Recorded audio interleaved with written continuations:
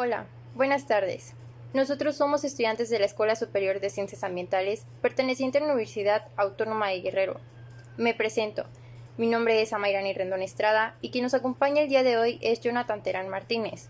Somos del grupo 301 y el día de hoy hablaremos del tema de la macromolécula de la materia bioquímica impartida por la tutora Dodi Morales Sánchez.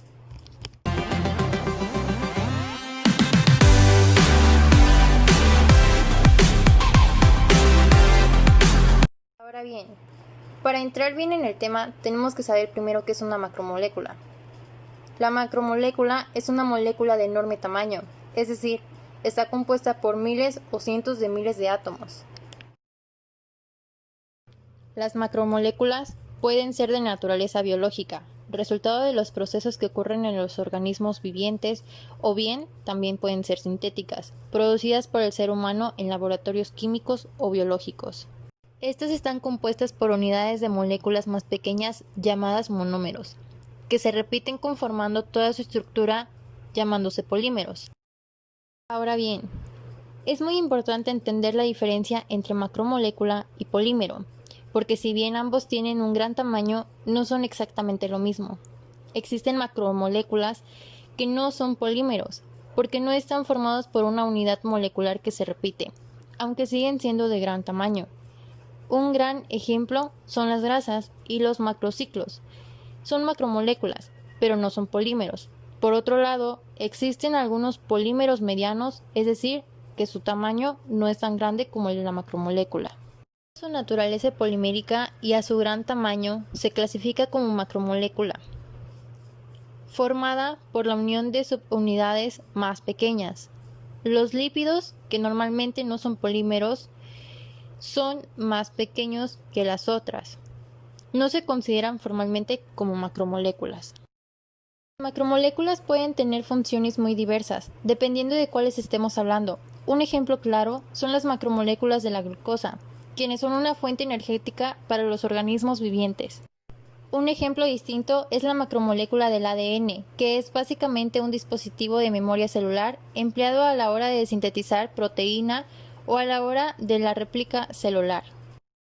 Si bien hablamos de la estructura de las macromoléculas de forma general, estas están compuestas por unidades moleculares más pequeñas que están unidas por enlaces covalentes, por puentes de hidrógeno o por interacciones hidrofóbicas. En todos los casos, componen grandes estructuras moleculares que contienen miles de átomos ordenados en secuencias fijas y resultan en compuestos de un altísimo peso molecular. Además que, dependiendo de su estructura, las macromoléculas pueden ser tanto lineales como ramificadas. Por otro lado, las macromoléculas se pueden clasificar según su composición. Las macromoléculas se distinguen del resto de las moléculas naturales y sintéticas en que poseen un enorme valor y peso molecular.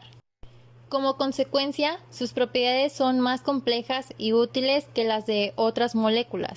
Por ejemplo, los polímeros, que son producidos por el hombre, permiten la creación de materiales novedosos con aplicaciones imprevistas. Y por otro lado, ciertas macromoléculas biológicas desempeñan tareas complejas, ya sean como aportante de materia o energía para otros procesos, o bien como mecanismos de acción bioquímica, como ocurre en la insulina, la hormona de la regulación del azúcar en el cuerpo humano, compuesta por 51 aminoácidos. Existen distintos tipos de macromoléculas. Están los polisacáridos, que es el almidón, el glucógeno, la celulosa y la quitina.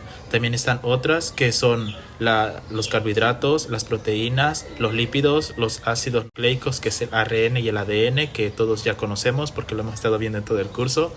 Y también están algunas artificiales, que son los polímeros. Ejemplos son el poliuretano, el polietileno y el cloro de polvino, perdón.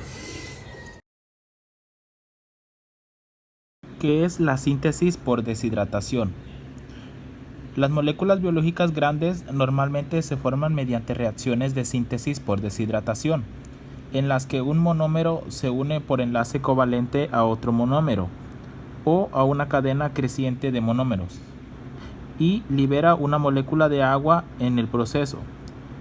Puedes recordar que sucede por el nombre de la reacción, síntesis, por la formación de un enlace nuevo y deshidratación, por la pérdida de molécula de agua.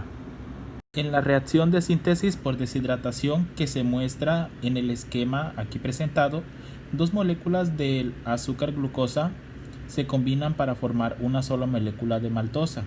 Una de las moléculas de glucosa pierde un hidrógeno, la otra pierde un grupo oxígeno-hidrógeno y se libera una molécula de agua mientras se forma un nuevo enlace covalente entre las dos moléculas de glucosa. Conforme se añaden más monómeros por el mismo proceso, la cadena se hace cada vez más larga y se forma un polímero. Aunque los polímeros se formen por la repetición de unidades monoméricas, hay mucho espacio para formas y composiciones variadas. Los carbohidratos, ácidos nucleicos y proteínas pueden contener varios tipos diferentes de monómeros, cuya composición y secuencia son importantes para su función. Por ejemplo, el ADN tiene 4 tipos de monómeros de nucleótidos, así como 20 tipos de monómeros de aminoácidos encontrados normalmente en las proteínas del cuerpo.